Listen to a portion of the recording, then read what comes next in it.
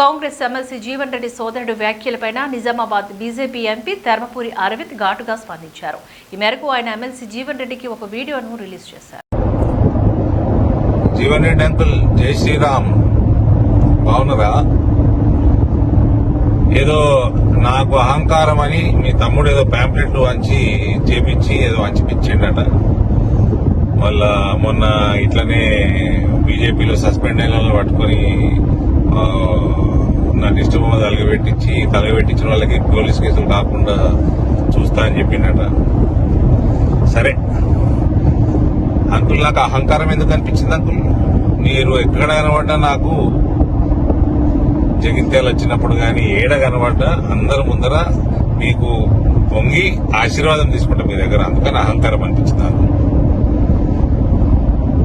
రెండోది, లేకపోతే మీకు ఒకప్పుడు భారతీయ జనతా పార్టీ ఉన్నట్టు 3,000 ఓట్లు 4,000 ఓట్లు జగిత్యాలు వచ్చేటట్టు అట్లా ఈ మధ్య లేదు, మీ చెప్పు చేతలా నడుస్తలేదు అన్న పరిస్థితి ఉంది. కాబట్టి పార్టీని పెంచడం కాబట్టి 5 సార్లు మా మీద అటాకులైనా, మా ప్రాణాల మీద మా ఇండ్ల మీద అటాకులైనా దగ్గరుండి పార్టీని పెంచినాం కదా అంకుల్.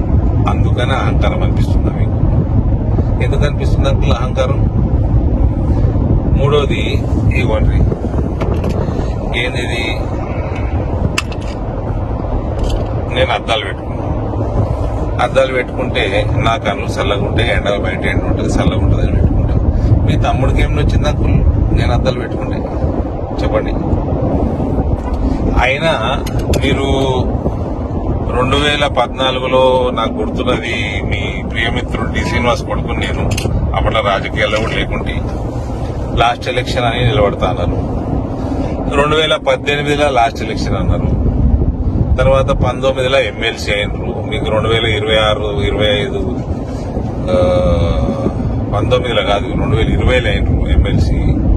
26 దాకా ఎమ్మెల్సీ ఉన్నారు మీకు. తర్వాత 2023లో మళ్ళీ ఎమ్మెల్యే లాస్ట్ ఎలక్షన్ అన్నారు. గెలిస్తే మంత్రి వేద్దాం అనుకున్నారు.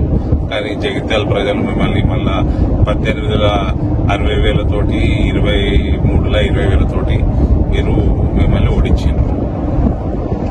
ఇప్పుడు మళ్ళా ఎంపీ నిలబడతా అంటున్నారు. మళ్ళీ లాస్ట్ ఎలక్షనే అంటారు మీరు.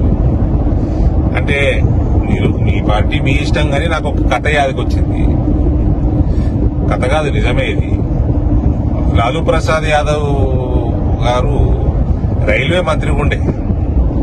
రైల్వే మంత్రిగా ఉన్నప్పుడు ఆ టైంలల్లా 90లలో మళ్ళా ఆయన మంత్రిగా ఉన్నప్పుడు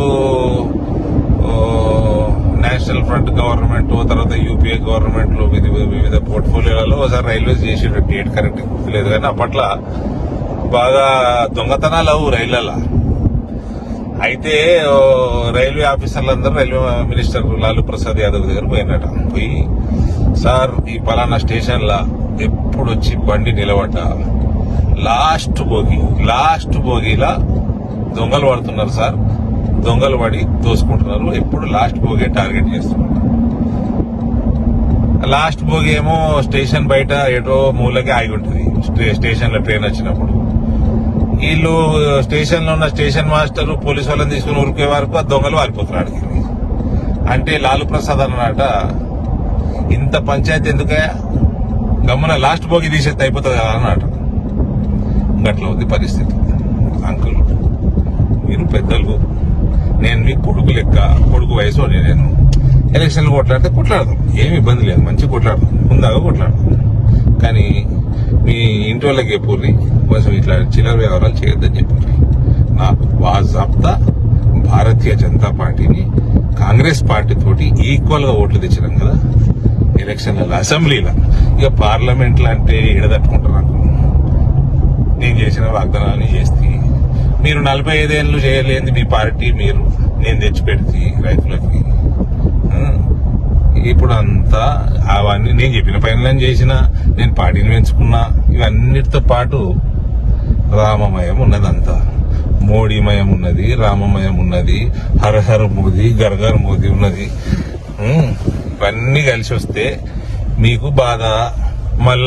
మళ్ళీ ఈ లాస్ట్ ఎలక్షన్, మళ్ళీ లాస్ట్ టైం ఓడిపోతామో, మళ్ళీ ఇంకొక లాస్ట్ ఎలక్షన్ ఉంటుందో తెలియదు మనకి.